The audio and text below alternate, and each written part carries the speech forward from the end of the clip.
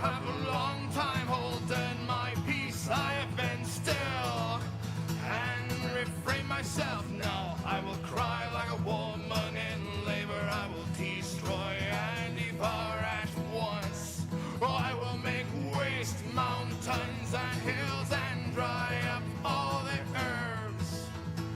And I will make the rivers islands, and I will dry up the pools. And I will bring the blind by way that they knew not. I will lead them in paths they have known. I will make darkness light before them, and crooked things straight. These things will I do to them, and not forsake them. They shall be turned back. They should be greatly ashamed.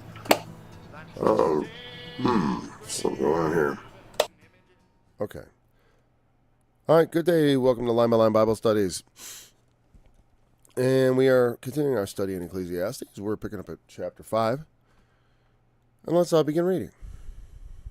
Keep thy foot when thou goest to the house of God, and be more ready to hear than to give the sacrifice of fools, for they consider not that they do evil.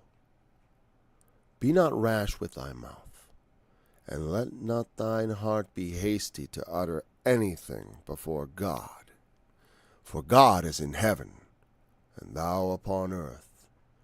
Therefore let thy words be few. For a dream cometh through the multitude of business, and a fool's voice is known by the multitude of words. When thou vowest a vow unto God, defer not to pay it, for he hath no pleasure in fools. Pay that which thou hast vowed.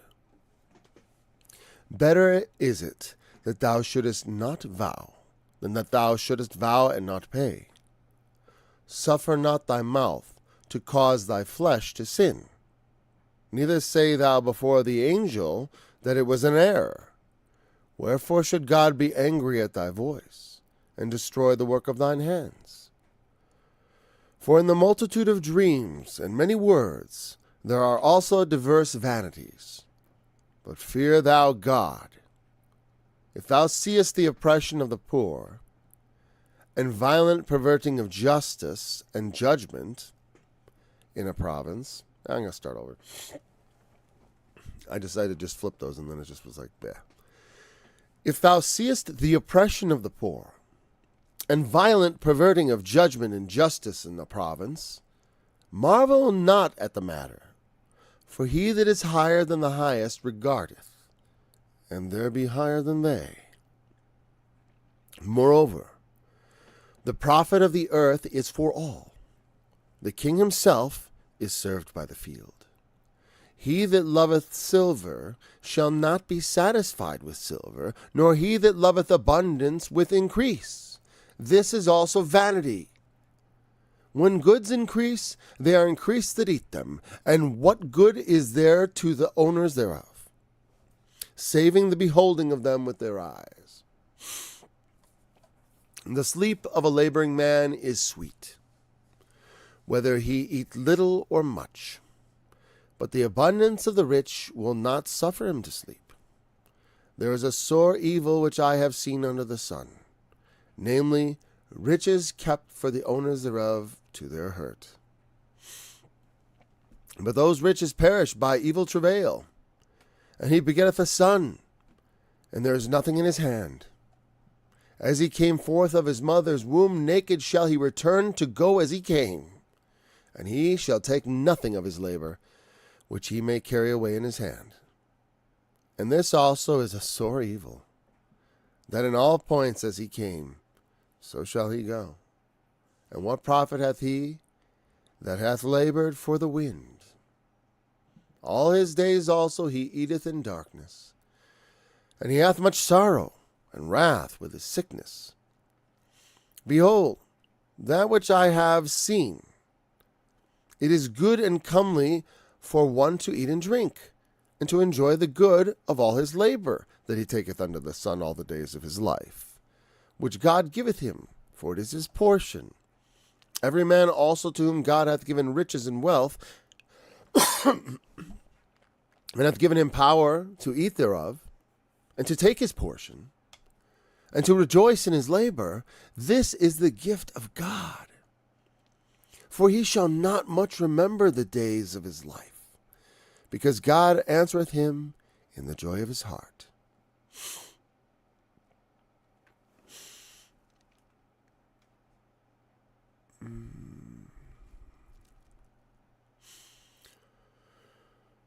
Yeah, the power not to, well, the next chapter goes into the power not to eat thereof. But I don't know if we'll get that far. We'll probably get through most of 5, but I don't think we'll get to 6. There's a lot to talk about here. Keep thy foot when thou goest to the house of God. Now, we don't live in a society where we have a central temple. We do have churches, which we call the house of God, but they're definitely not quite the same thing, you know. And in the New Testament, Jesus makes it quite clear, because we study this from a New Testament perspective, of course. That's what we're trying to get out of it. Now, I want to learn from the wisdom of the past, but also understand that we have a more glorious revelation. Wisdom cannot top revelation, you know, because wisdom can't find it out. Like I said, no matter how much infinity is in your heart, you can't search out what God is up to from the beginning to the end. You get certain glimmers. That's why I say, like, you know, anyone seeking the truth over the world, you know, should be able. That's why I think, like, you know, I found people who are semi-Christian or were kind of raised Christian, but they moved to unbelief and then sort of to Buddhism or something like that. Some sort of philosophical thing. One of the things that's always bugged me is, like, I can't get atheists to look at the Bible just a purely, this is a useful book kind of mentality. Like, they are so caught up in the, I don't believe the fantastic stories. You know, but that never stopped anyone from enjoying the Greek myths. You know what I mean? But the point is, like, even if you think it's a pure myth, or as I would say, you know, the Bible is a mixture of myth and reality and history and parable, you know, metaphor. There's things like that. It's a mixture. I mean, because it's not all one thing. So anyways, so what am I saying? In the New Testament, Jesus said to the woman at the well that, you know, the true seekers of God don't need to worship him at Jerusalem or in some particular mountain or over there on the church next door, but in spirit and in truth. And one of the most important things Jesus taught us, you know how you know something that Jesus taught us is important? Because it's perverted. Not that it's been perverted, I should say, by men. They perverted it. They've destroyed one of the most important things you should understand about your walk, and they've replaced it with the mansions in heaven lie. You have a mansion in heaven. You know, I despise this doctrine. Because the conclusion of that passage, you know, in my Father's house are many mansions. If it were not so, I would have told you. I go to prepare a place for you.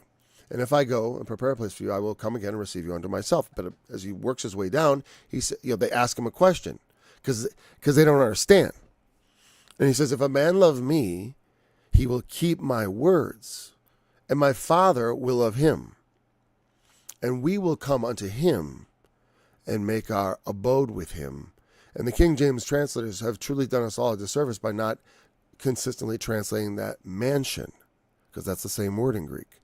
We will make our mansion, our abode with him. You understand, the house of God is the place where God lives. So it's like, you know, when you go to the house of God is when you go to prayer anywhere. It's not just when you go to church. You know, these things have been now externalized to the whole world. Not externalized. Well, they've been internalized to you so you can take them wherever you go in the world. Meaning, I go into the house of God when I go into the grocery store. And I got to remember that. You know, it's like how I behave. Because, you know, God is everywhere, and he's certainly in me. I'm like a mobile temple. And this is not a strange doctrine, I'm telling you. I mean, we are the temple of the Lord. It says so in the New Testament. I mean, it's like, you know, it's funny. But the idea of the mansion is just literally that. It's like he will abide in you. And that's where he sits, and we have dinner together, you know? Because like I said, Jesus coming in spirit, what's that look like? Well, I believed in him. How did I believe in him? Well, I heard some words and right into my head, you know? The Spirit started coming in, and I started tuning into Jesus, and I believed it. And so that's like a kernel, that's a living faith. And now Christ is built up. Christ has to be formed in me. Not just so I can become him, but so I can understand him. And that sort of becoming him is part of understanding him. Well, I don't know if I can do that. Well, what do you mean you don't know if you can do that? This is God's work. What do you mean you don't know? Do you believe he walked on water? Do you believe he could turn water to wine? Do you believe he could feed the 5,000? Do you believe in Noah's Ark? Do you believe that? But you don't believe he can transform your life. Oh, that's such a strange thing. He's done that one so many times, and he keeps doing it. Unlike a lot of those other things. We don't still walk on water, but our lives are still transformed. So, so anyways, keep that foot when that goes to the house of God. Be on hyper alert when you're at church, of course, because now you're like, where two or more are gathered in my name. Now it's like the place is the house of God. So yeah, when you go to a meeting with people, you're entering the house of God, no doubt. Wherever believers are gathered is the house of God. So this is good life advice overall. Be more ready to hear than to give the sacrifice of fools. Well, again, hear what? Well, hear from the Word of God, because he's talking about God and our relationship with him. When you go to the house of God, you're not going there to communicate with men. You're going there to communicate with God. You know what I mean? That's the confusion people. That's what problem Ananias and Sapphira had. See, they were in the house of God, and they thought they were in the house of man. And they were communicating with men and multiplying words. I mean, I know I say a lot of words. I do. But I say a lot of good, true words. And, there's a lot of good things. All the things that Jesus said and did could not fill, the world could not contain the books, as it says. Which makes sense because the world is his words. And there's words beyond that. So like, where are you gonna put all that? Of course, that's just a hyperbole. It's not really, doesn't have to literally be true, But the sacrifice of fools. The fool coming to God, I've got my sacrifice, I'm ready to pay. But they haven't reckoned with God. They're just going through the motions. Like, it's not foolish to offer a sacrifice when it's made properly. Jesus told you, hey, if you want to bring a gift to God, go first be reconciled with your brother. Do what God wants you to do. Get things right in your life, and then you want to go do God some nice favorable thing and show him how much you love him and demonstrate your all that stuff. Well, by all means do so. But first, make sure you are listening. Make sure we're listening. It's what, and I say those words that way because that's how I tell myself. Make sure you're listening, Paul. You got to get this right. It's the truth. Be more ready to listen to what God has to say, but thereby and be shaped by it. And that also helps you know who God is and know what to expect and know what kind of offering to bring. They consider not that they do evil. Like, how can my sacrifice be evil? Because God is not pleased. Like Cain. Cain brought a sacrifice and God said, I am not, this is not an acceptable sacrifice. Why? Because he hated his brother. That's according to the New Testament, but that's the underlying thing. It says sin lies at the door. The Lord knew there was something evil in his heart. And here's the thing. He wouldn't accept that sacrifice. Here's how closely tied the New Testament is to the Old in so many ways, if you think about it. Like, because it was in his heart. This is pre-law. There's no legalistic sin. I always thought about it as in terms of, well, he must have done something. No. In the story, Cain has done nothing yet. He just brings a sacrifice. Right? And when he says his sin lies at the door, and the New Testament says, why did he do this? Because his own works were evil and his brother's righteous. Of course he had done something. Of course he's bringing a blood offering. I don't know. Maybe I got that wrong. I probably do. But in the moment there, it just seemed like such a attractive idea that, well, and certainly of the murder, he had only despised his brother,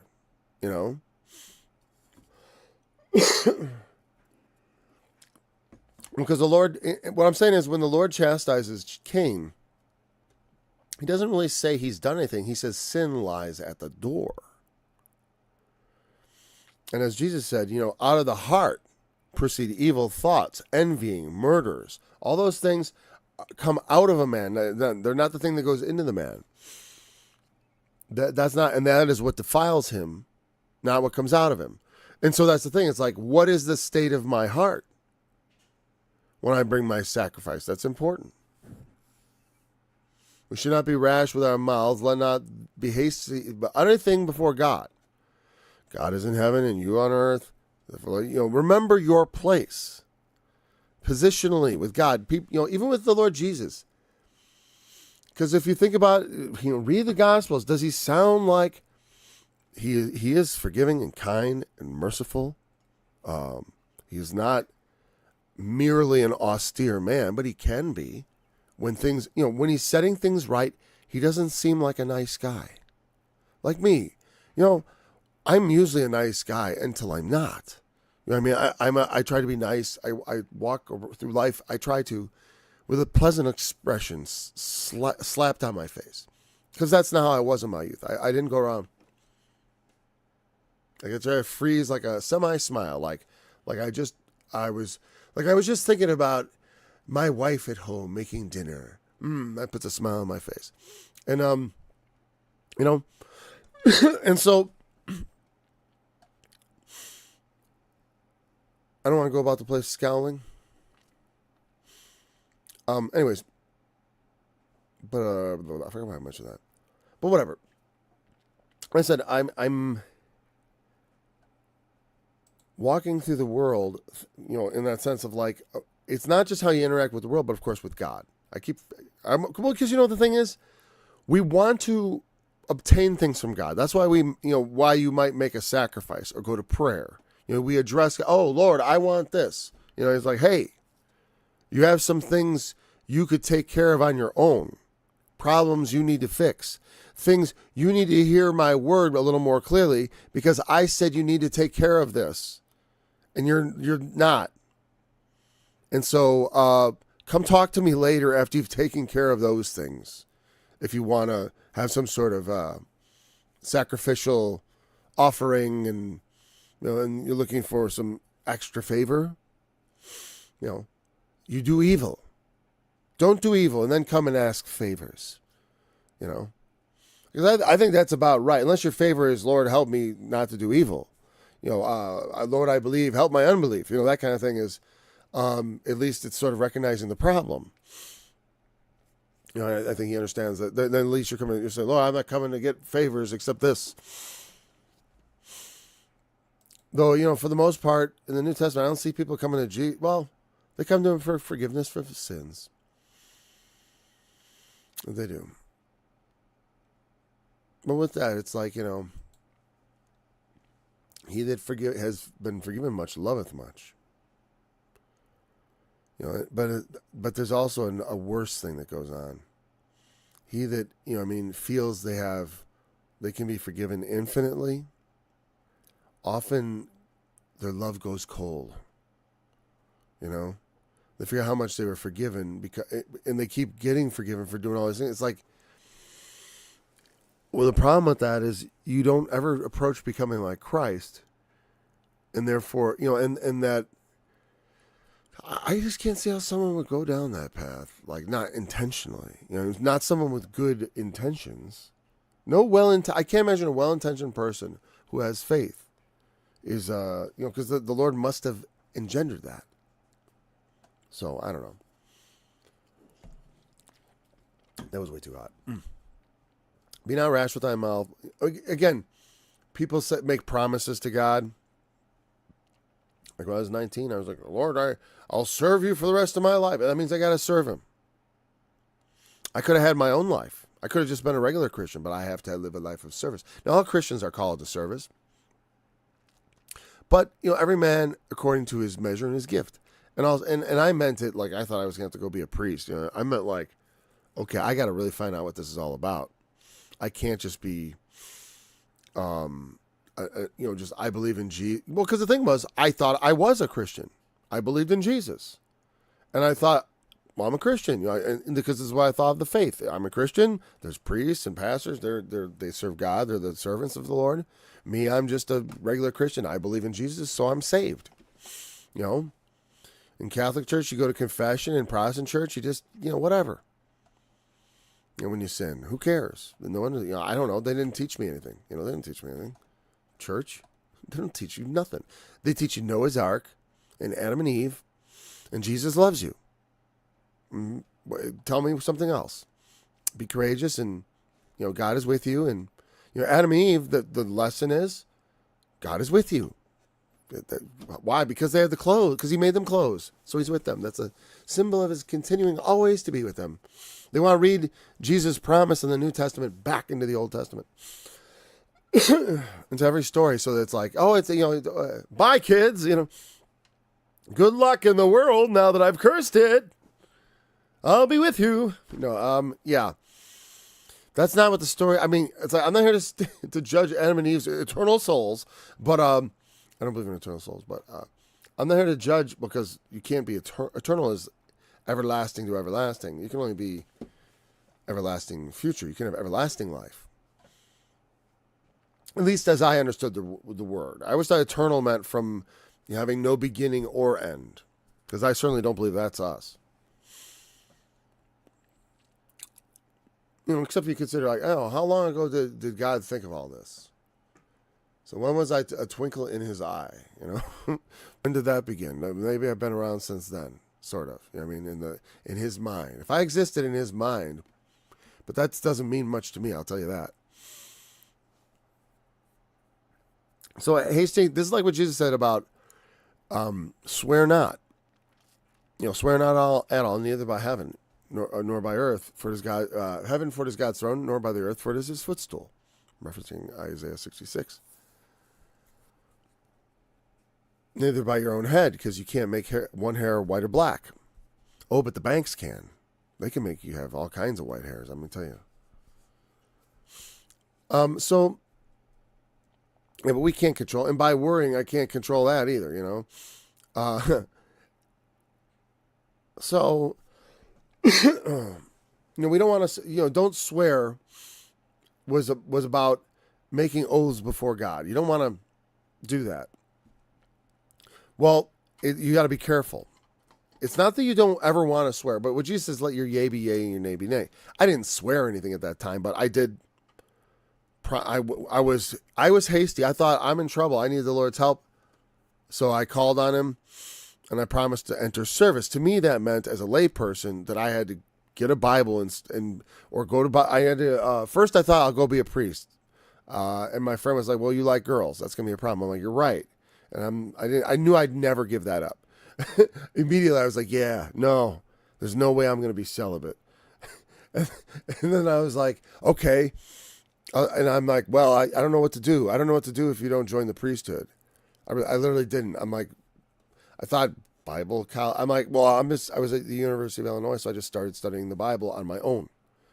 And then summer vacation came, and I found the Shepherd's Chapel in Arnold Murray, and the rest is history. I never ended up going to Bible school or even thinking about it, because I thought I had my Bible teacher. And you know what? I don't think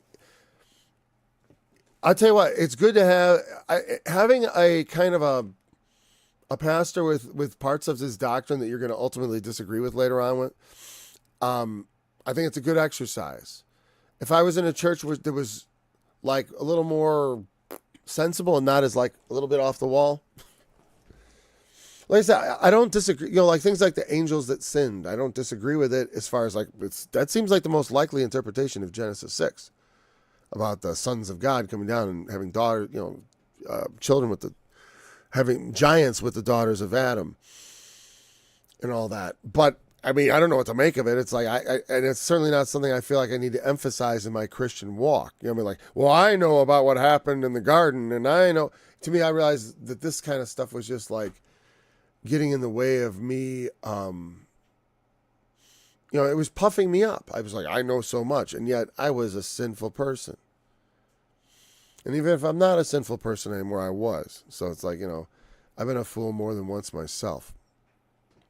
But anyways, we want to think about it. Remember where God is and where we are. Positionally, not I mean like in the literal sense, but in the sense of like, he is the authority. He is a great and powerful God. He sees us. You can't fool him. If you tempt him, you Only people who tempt him don't really believe in him. You know what I mean? Like the thought that you would believe in him and then intentionally tempt him. You know. Though I think all of us Christians who, if you ever sin, even a tiny little sin, unless it was like an accidental sin, like something that caught you really tight out of the blue, anytime you sort of decided to sin in some way, you tempted him a little. I know I have. You know, I hate it like hell. But, and that's an okay time to evoke like hell, I think. Hate like hell. I hate having done that like hell. Well, that's the perfect thing to hate. I think that's, see, there's a time for hate. See? There's a time for everything under heaven. Hate is good. In the right place, obviously. And something, it's not, so you can't allow your flesh to govern where your hating is falling. You know, I'm angry, so I'm just starting to, I hate this, I hate this, I hate that. No. Or hating someone based on the flesh, like fleshly reasons, because they're different physically, you know, because of immutable characteristics. That's also wrong. A dream cometh through the multitude of business, and the fool's voice is known by the multitude of words. When I think about this, when people go, when we go to church, there's a lot of talk sometimes not. But in church life, we get to talk to people about stuff. A lot of times people want to talk about their dreams, you know? And like, oh, you know, but, and that's fine. You got to understand, anything more than a couple sentences is really boring for people. Nobody is interested in other people's dreams. That's just a fact. Even no matter how wild your dream is, you can't ever relate it. You know, write a book and maybe make a movie, and then people will be like, wow, what a crazy dream you had. But it's oftentimes like the foggy memories are, every time I do it, I'm always like, I'm boring someone. You know, I'm boring them to death. All right. And so, you know, a lot of times we dream because of just what's going on in our lives. It's a symbolic representation sometimes of things that are going. It's a really interesting thing to see how the mind works. I've analyzed lots of my dreams like that. And I found that many of them, this is exactly true. The dream comes through the multitude of business. I mean, I have all this stuff going on, and then I go to sleep, and my brain kind of unpacks and unwinds it with some strange thing. I've had some crazy dreams with like where I have supernatural powers or anything, you know, I mean, like where I'm throwing fireballs like a video game. Not stuff I thought was like God was telling me a message or whatever. It was a crazy dream. You know, you're flying in your dream. You ever fly? Some of us do, right? You know, and all these things have, there's like usually meanings to it, you know. Like flying, maybe it's because of feeling of freedom or powerfulness. A lot of times I'm flying and other people can't, you know, so that usually means like I probably inwardly feel like I'm doing better than others, you know. I can't say I haven't dreamt of flying in a long time. Haven't done that dream in a long time. A fool's voice is known by the multitudes of words, yeah. No, sometimes I always feel like I hate having said things. You ever feel like where you hate having said things? Because like sometimes we say too much. And once you go too far, it's too late. And you kind of you already been a fool. So, and that's the thing. The hardest thing to tame is the tongue, according to James, right? It is a world of iniquity. It's a fire. No man can tame it. But if you could tame it, you'd be able to bridle everything. And that's why I like when it says, suffer not thy mouth to cause thy flesh to sin. I mean, I could say something, make a I say, don't write a check with your mouth that you're whatever campaign. I forgot how I've actually used that, but I can't remember how that goes. You know, but you're writing checks with your lips that your account can't pay, that you can't pay. You're saying things, and I know people like this, like outside of just with the Lord. Yeah, with Lord, don't be like, Lord, I'll do this, I'll do this, I'll do this. I certainly don't make promises to. I'll tell you what. I think when I promised to serve God when I was young, that makes sense. It's like I'm offering service for salvation. You know, okay. Well, I think he took it. Yeah, he did, because later on it was confirmed. And so, Notwithstanding the fact of my ongoing service. I still needed to confirm later. But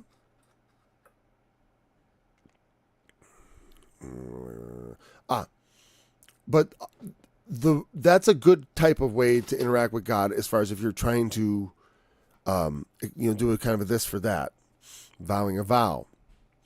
Defer not to pay. The next morning I called my dad. I said, "Would you send me my Bible?" And I was like, "Would you send me my other Bible too?" Or I said something like, "Will you send me both?" I forgot if he sent me one and then I asked for the other. And so I had the Living Bible.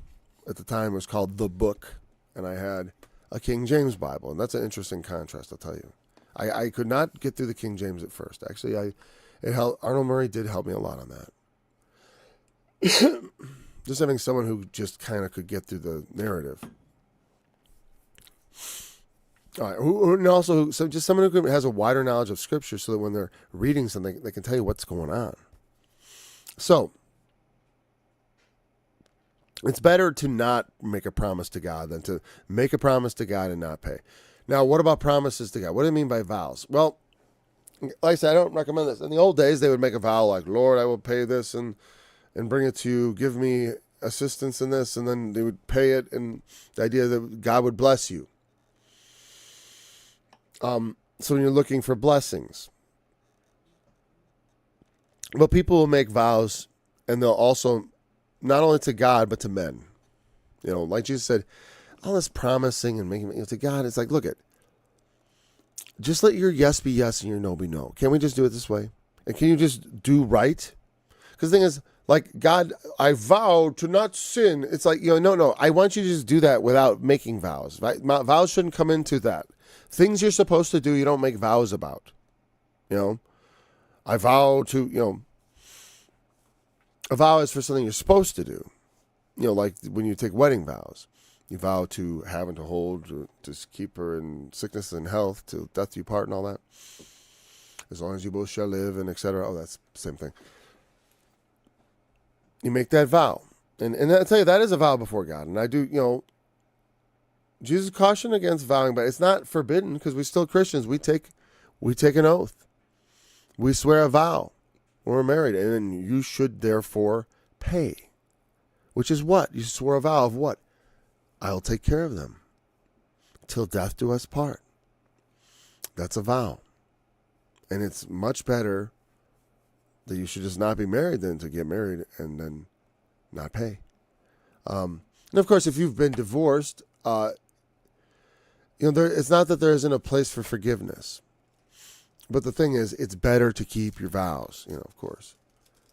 Married people don't suddenly. It's not like the one sin that Christ doesn't know what to do with. Because in some denominations, divorced people are second-class citizens. You understand that in the time of Jesus, they took divorce very lightly, and that a man could divorce a woman for whatever reason he liked, even if he found another woman more attractive. It was very unfavorable to the women at that point, and so he and John the Baptist were both saying that the way that marriage is. The way that divorce is being, like with Herod, John the Baptist said it's not lawful for you to have her. Now, according to the law and the Pharisees, not the Pharisees, but the priests, oh no, it's okay. This is a controversy. That's what Jesus and John were basically saying. No. Divorce is God put that there, as Jesus said, because of the hardness of your hearts. Moses wrote that, and he suffered you to divorce your wives. Because he knew that you can't, if you trap people in a situation where they badly want out, they'll either kill themselves or their partner. So that's, you don't want to, you want to be able to give some sort of safety valve. We're flesh. We're all humans. We break vows. And we make vows to people that are unworthy. And so sometimes, that, the vow is based on mutual trust. A lot of times, you have someone commit adultery on you, especially actual adultery, not just they have a lust in their heart issue. So I feel like we should. And since I had to be tolerated for that, I do recommend everyone tolerate their husbands who have issues with those things. But you should not tolerate actual adultery, okay? And I expect to be I would be judged the same. Though I would say to my wife, well, if I got somehow caught up in something like that, I wouldn't leave. I had a brother who he caught up in adultery and he left. But the reason that was because his wife, she wanted him back, but because I think no woman really wants her husband to leave, even if he does commit adultery, if he will come back and be faithful. But then they leave because they don't love their wives. So that's important. We gotta love our wives, it says. And for the wife's sake, if you want to love, submit. Submit. There's a reason you married him. I hope. Didn't your dad tell you? Marry carefully. I told my daughter. In fact, I've got a lot of confidence, or at least 80%, right? Suffer not thy mouth to cause thy flesh to sin. Neither say before the angel. What's that mean? Well, that's the angel. There would be like the messenger, and so it could literally be like maybe it refers to the priest, but I think maybe it just refers to the angel of the Lord, meaning when finally. Is it alluding to the idea of like when finally you are brought to account? When the messenger from God comes saying, sort of metaphorically, hey, pay up. And there was a point I was getting to about these vows that people do to each other too. People want, there's a point I want to make and I'm going to make it. Because it's interesting. People say what you want to hear, what they think you want to hear. And sometimes they like to promise things that they want you to think they're willing to do, but then they're not willing to actually do it. Like someone will say, "Oh, come and live with me for free, and you can, while you go to school or something like that, and I'll help you with this and that, and then, and I'll get you this, and then like, no, actually, it was someone who said, oh, sure, I'll fix your car." I'll take it to the mechanic, and then when they got there, they saw how much it was going to be. It was like suddenly like, oops, wait a second. No, I don't. But they did it. So good on them. Don't write checks with your lips that your heart does not want to pay. That's what I like to say. Your heart. Don't say things that your heart doesn't mean. You know what I mean? That goes for positive and negative, for positive vows and for negative curses. When you're with your spouse, women especially, because I think women are prone to it. Men are prone to whatever, I don't know. I'm not. But women sometimes, or men, I'll just say, let's say both. Men and women both can say, well, I know this is true. Both can say very hurtful things. And as a man, I learned early on to be careful not to say hurtful things. Because I didn't like the results I got, And I think because I was a little more durable, I think my wife took a little longer to learn, just being honest. But whatever. She learned a lot of other things faster than I did. That's for sure. But the thing is, you have to learn not to say mean things to each other. That's a key to happy, long marriages, We don't say mean junk to each other. Early in life, it's very common because, that's what people do to each other. People are awful. Kids are awful. Parents sometimes are awful. We try to make things better and not be awful to our kids. So, suffer not thy mouth to cause thy flesh to sin. Neither say thou before the angel that it was an error. Don't say, oh, I didn't mean to promise it. Don't say that. Why should God be angry at your voice?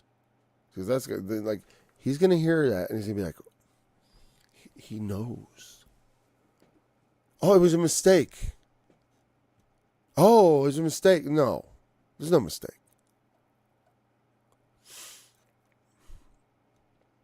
And that makes me think of Ananias and Sapphira. Oh, well, we they lied to the Holy Spirit. Oops, they didn't think there was they really had to pay for such a thing.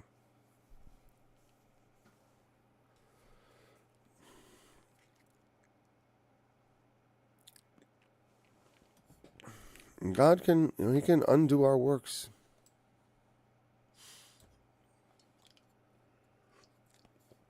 It's good to pay our vows. It's also good just not to make vows. Work on obedience. The Lord would be happy with your obedience. He doesn't need extra stuff. You believe in him? Good.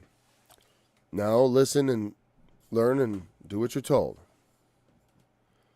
Now that you're saved. But you don't have to. It's like, where's my belt? Where's my... Because that's what I feel like. I feel immediately I want to... Not only do I want to know where it is, I want to give it to anyone that thinks that. That's not an appropriate response to Father's instructions. Jesus says, therefore be perfect, as your Father in heaven is perfect. Oh, you don't have to. I'm sorry? You don't have to. It's like, well, what do you mean you don't have to? No, you don't. To be saved, you don't have. So, like I said, it's like when you say that, it's like, wait a second. That go. In the resurrection, we're going to be like him, right? Do you think that's optional? Like that. Like the thief on the cross is going to be him without having done anything subsequent to putting his faith in him. But you have had a lot of time. A lot of time wasted thinking, I can just ignore God's will. I don't know. It makes me almost wish like that in the world that every person that I see who is fulfilling like the one talent, the naked at the wedding feast guys or the wrong clothes, whatever. All these really negative things where Jesus is just going to topple their expectations, It makes me wish that these are just actual NPCs in a simulation, because I feel so bad for them. I can't imagine the horror. But I love the Lord. I don't know. It's like, to me, it doesn't sound like someone loves God if they, you read the Bible and you defy. I think, see, I used to be uncomfortable with passages in the Bible that I felt guilty about. I'd read that, I'm like, I feel like that's me. I don't like reading that part. That part pricks me.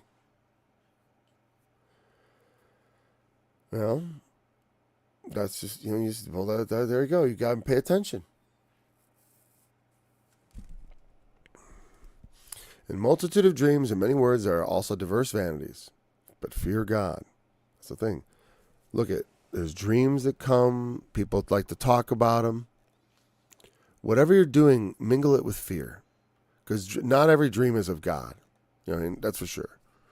And, you gotta figure out what it is first. And, and mostly, if God gave you a dream, he gave it to you. You know what I mean? The way I look at it, when you have an experience like that, like when I received the Holy Spirit, that was exceptionally a change. It was a huge moment for me, and it had a splash around me. It affected people around me for sure, but not as much as it affected me. And then it was a small splash just around my immediate circle, and then it echoed away, over time. It has almost no effect on anyone else at all, except for me. And it fortifies me,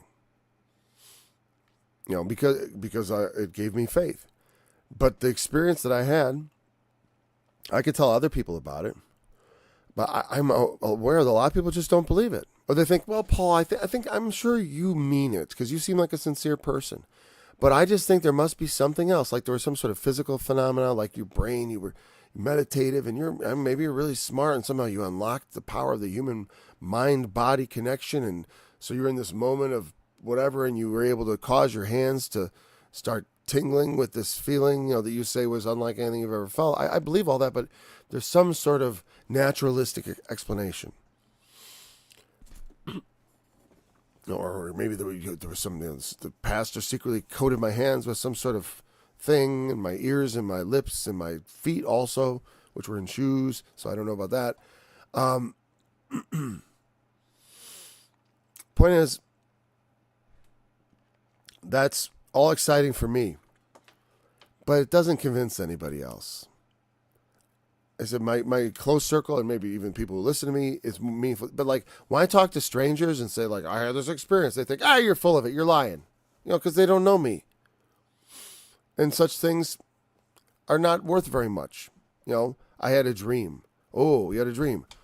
It was the most incredible dream ever. And it changed my life. But what is that to other people? Not much. And it's kind of vain. Like I said, a dream that God sends to you is for you. Just like, it is, he wants you to know something. If he wanted you to come, I just feel it highly unlikely. Like Joseph didn't have a dream and then go to Pharaoh. Pharaoh, I had a dream. No, because you know why? When he did that, that's how he got into slavery. It was through his dreams. Oh, the dreamer coming again. Huh? He had a dream that, of the sun and the moon and the stars, all bowing, the 12 stars bowing, the constellations. And it was his brothers, bowing to him. And it was a premonition from God, sure, of what would happen in Egypt. But in Egypt, the way he got ahead in life was by interpreting the dream of Pharaoh. Not by telling Pharaoh, oh, Pharaoh, I've got a dream. The kingdom is in trouble. He's going to be like, what? Go back to jail. You know what I mean? Yeah, Pharaoh needed to have that dream. Now, I guess they went to the man of God, to Joseph, to have it interpreted. And I've tried to interpret dreams, but on some level, I feel like if the dream is given to you and you're a man or woman of God, I don't know why I would be the choice for someone to help them interpret their dream. I have minimal skill in it. It's not something I studied, and I don't even know where you begin to study. I mean, I've studied Joseph, but it's like those were very interesting symbol. It was a very interesting symbolic dream. Most dreams, people tell me it's not like that. So, I said, fearing him and being obedient to the truth is far more pleasing to God than any extra stuff you might, you want to sell your house and give the money to the church to make a big show. Oh, God doesn't really care about that. Obey. Fear him. Ananias and Sapphira are a perfect example of this because they kept back the money. No, not that they couldn't have kept it, but they said they gave it. We sold the property. Yep. How much? 100,000. Here you go. All of it. All the money for that property. But they actually sold it for 200,000. I'm just making up the number. And they kept it. But they wanted the status that would convey from doing a big donation and saying it was the whole amount while keeping that money. And like, look how much God has still blessed us. We're not poor. How'd that happen? Wow.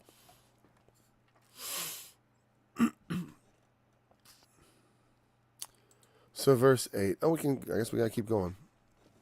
Not got to. But we should. We have 12 minutes. If thou seest oppression of the poor and violent perverting of judgment and justice in a province, marvel not at the matter. They had corrupt government back in the time of Solomon. Can you buy that? And he was the king. But that's why he says in a province, because he knows provinces. Hey, I'm the king, but I reign over a piece of real estate. I can't do the whole thing all by myself. So I have princes over provinces, or baronies or dukedoms, as they have depending on whether you're in continental Europe or in England. So, there's sub-government, right? And so there's corruption.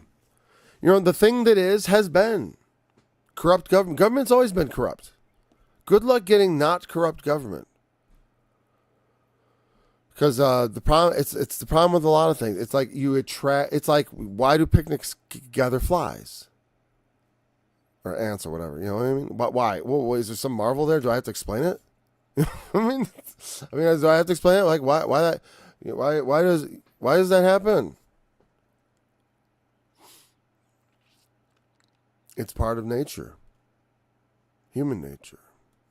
There are wicked men among us. But Jesus said, the poor you always have with you. Well, the wicked you always have with you too. You can never completely get rid of these people. And that's not our job either. We're not supposed to hunt down the wicked, and destroy them. Although to a certain degree, the imprisonment and punishment of certain evildoers is a prerogative government is able to carry out and should carry out for public safety reasons. Otherwise, we'll have a lawless society because if people don't think there's some sort of consequences, some people won't just be good because for goodness sake, they're not going to be good for goodness sake. They're going to be oh, there's no law, there's no one to stop me. Now, not everybody. A lot of people really want law and order, but some people, they're waiting for chaos. And you see it when, there's riots and stuff. There's people who come out who, to tell, it's like they're taking advantage of it. They're just there to steal. They don't care about whatever everyone's angry about. They're just willing to do something, to add to the chaos and to add to the uproar, but for their own selfish increase. So, again, that doesn't mean we shouldn't do anything about it. Jesus said, the poor you have you always with you. But people have taken that as well, so we should do nothing about it. No, it means no matter what you try to do about it, you won't solve the problem. Even if everyone in America was rich, which we're not, but by comparison to the rest of the world, like I said, even as an impoverished American, I have been my entire adult life an impoverished American. Yeah, except maybe there was 1 year when I think I had only 2 kids and I made $70 grand. And I think I might have been out of poverty at that point. Before I was married to, of course, I was single and at some point. But but what I'm saying is since the year 2001 or so, I've always technically been there. In many years, I didn't even use services until I actually had to. But I did. It's well, they're there. It's I used to be very against it, but it's now I have sympathy with people who are dependent on it. Because I was dependent on it. I could feel as it was going away. It's oh, I'm losing. It's well, hey, whatever, it's gone. You let it go. Because it's man does not live on bread alone. There are more important things than, free bread. I mean, Jesus was all about handing out free bread, right? But, eventually it runs out. And you got to get your own. So, but even so, we have oppression. Our society has been gutted. They took up all the machines for manufacturing and shipped them overseas so we could have it, so everything could stay cheap. But here's the thing. They say everything be cheap, but everything's gotten so much more expensive, except a couple things. Computers are cheaper than ever for now. Same thing with a cell. How much would this have cost you in the year 1992? It didn't exist, but imagine how much it would cost. If such a thing existed, and this would have been worth billions of dollars, literally billions of dollars, because it would be the prototype of a $1 billion industry, of course. But this would if you send it back in time, it would become the most valuable artifact, on the planet. As far as just consider how much money it's made since then, even though they're cheap. It's not as cheap. I remember when calculators were hundreds of dollars, and then suddenly they were $10. And I was well, and then they were on keychains and given away free at the bank. They became nothing. And these aren't quite nothing. But I do remember when the flip phone, the proto one, the old car phone that used to sit in the car, it wasn't a flipper. Those were expensive. I don't know what I'm talking about all this. I'm just showing how old I am. But why was I saying that? Oh yeah, having lived in poverty, I could say, well, like I said, they moved these things away, and so it's caused society to be disrupted. People, the old ways that people made money are going away, and even more so now we don't manufacture things. That's a problem for our country too, because we can't even make our own weapons. We can't even make gunpowder in this country. Do you know that? because of there's like, or there's some ingredient for it we can't make, or something like that. It's like something. There's some like bottleneck where we are not able to do it ourselves. We have all the rare earth elements we could possibly need, but we can't get them out of the ground. We have riches, but not power to eat thereof. Our country is kind of like that rich man who is not able to enjoy all his riches. You know why? Because he's too busy trying to conquer the world. We're so busy trying to conquer the world, we can't enjoy the fact that we have a great country. No, we got to tear our country apart trying to build a world empire. They're raping our grandchildren in the future of our country, the monetary wealth. They're raping that and taking it and using it to bomb the hell out of Russia, Iran, all these countries, and there will be nothing left. And much the only thing I can say is at least we still have our mineral wealth and stuff. I mean, it's still in the ground. But it's like, I don't know, but maybe the Chinese will want it in payment for all those useless dollars. And we'll be selling our minerals off to other people just to keep the dollar from collapsing. We better start selling things. Gotta have value. Let's see. Okay, marvel not that okay, so it doesn't mean like I said, it doesn't mean we don't seek justice. But we don't marvel at it. And here's the thing that people marvel at. They think like there's no God. There's injustice in the world. And that's one of the things that make people think the world's not just, therefore there can't be a God. No.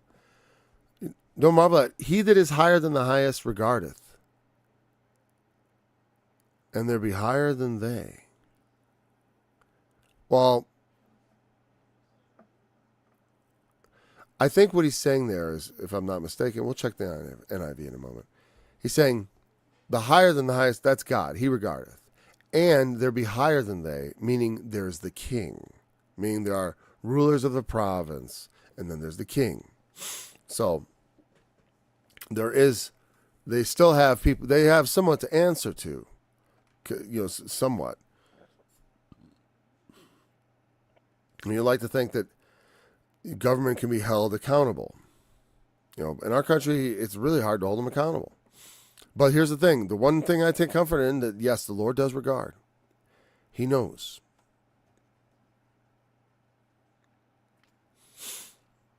And he is not, though sometimes, the evil that is in the world, we feel frustrated by it. The fact that, hey, why doesn't the Lord do something about this? And it's just like, why did the Lord let Jesus be crucified? Why did he let the prophets be stoned? And it's part of his plan. It's like the wicked sometimes have to just go ahead and kill Stephen, and Paul has to have their coats at his feet. It's like things have to happen in a certain way because they make history is what it is. And also, and it's part of God's plan that the righteous should have to face off against the wicked and be more upright. And even if we have to die, affirming the truth, and that's the way it is.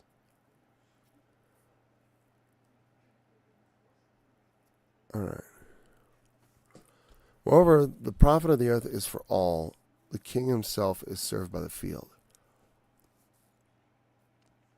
I do like the stuff about satisfied with silver. So the profit of the earth is for all. The king himself is served by the field. I'm like trying to think about that. I guess what he's saying here is something that's actually kind of a radical idea politically. It would seem in the ancient time that the profit of the earth is for all. It's not just for the king. Well, in Israel, they had a very young kingdom, and the king would take sons and daughters, and he taxed the people, but he didn't own the land. You know what I mean? He had his land when he was king, and he took taxes and recruited for the army, but he didn't own everybody. But the point was, he still ate of it. And what he's saying is everyone has a stake in society, in our land. It's the profit of the earth is for all of us to profit. The earth brings forth her abundance, and it's for all. It's not just for the people on top. That's a pretty radical idea, if that's what he's trying to say. Because I do think that's what he's saying. Do I need to check the NIV? I'll look at it really quick. I don't really feel like I have to, but let's study. I'm sorry. I can tell on my voice I am not enunciating very well because I'm actually quite tired today. Well, I gotta go to Ecclesiastes here in Bible Hub. We're in chapter 5. We're down at verse 8. If you see the poor oppressed in a district and justice and rights denied, do not be surprised at such things, for one is eyed by a higher one, and over them both are others higher still. Okay, whatever.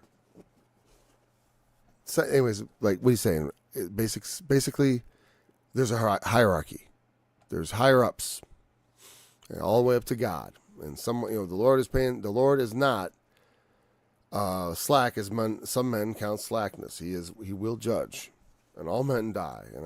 All evil men come to their end, and all evil times too.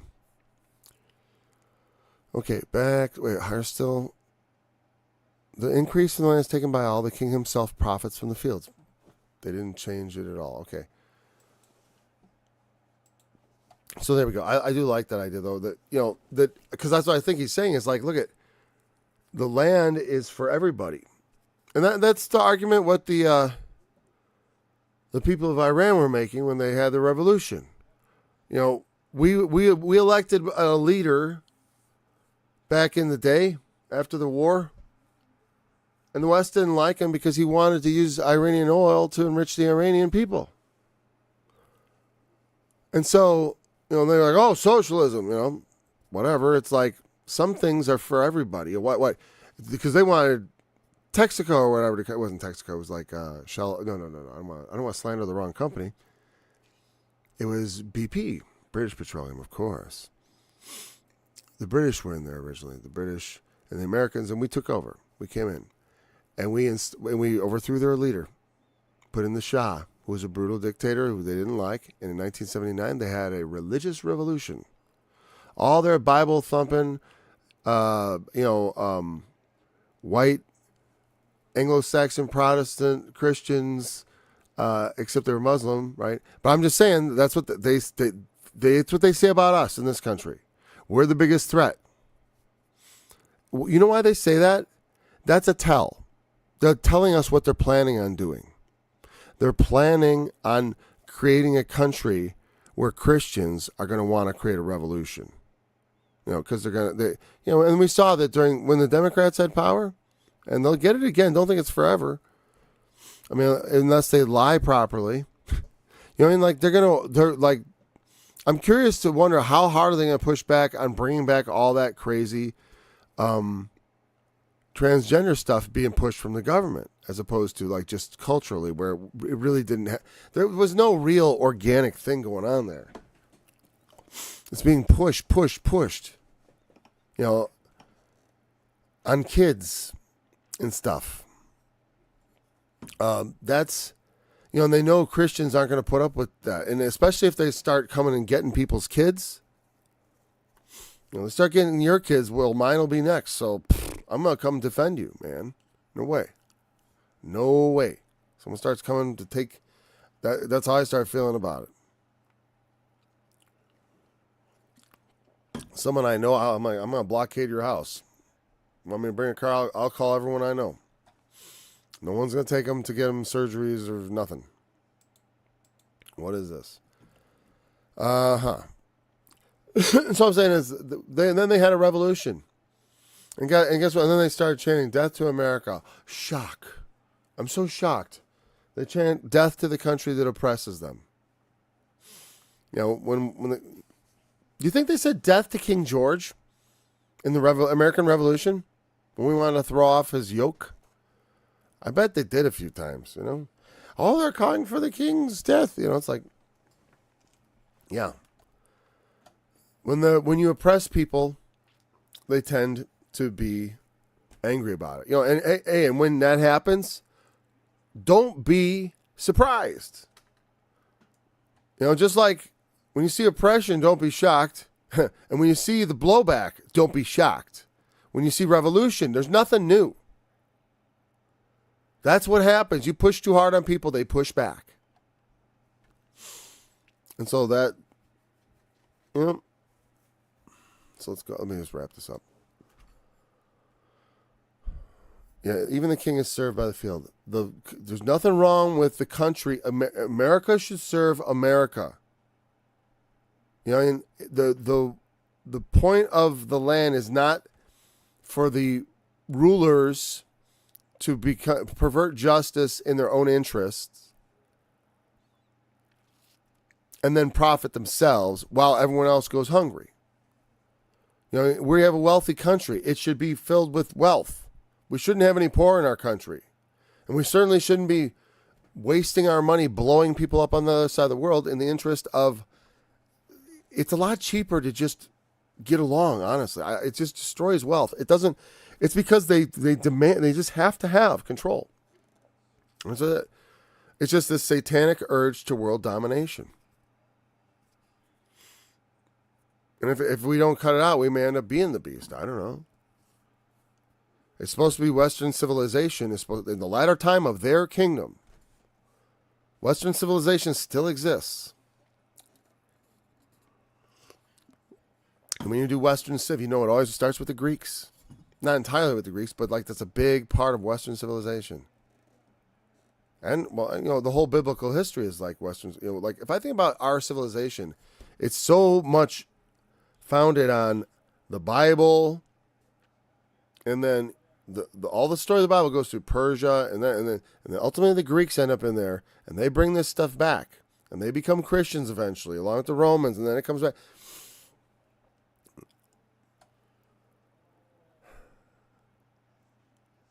All right, anyways, so we're going to break right there. Because that's it. All right. Well, next time, until then, remember, the testimony of Jesus is the spirit of prophecy, and he's the fulfillment of the law. I have a long time holding my peace. I have been still and refrain myself. No, I will cry like a woman in labor. I will destroy and devour at once. I will make waste mountains and hills and dry up all the herbs. And I will make the rivers islands, and I will dry up the pools. And I will bring the blind by way that they knew not. I will lead them in paths they have known. I will make darkness light before them, and crooked things straight.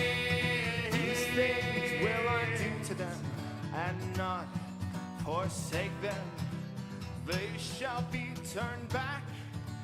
They shall be greatly ashamed that trusted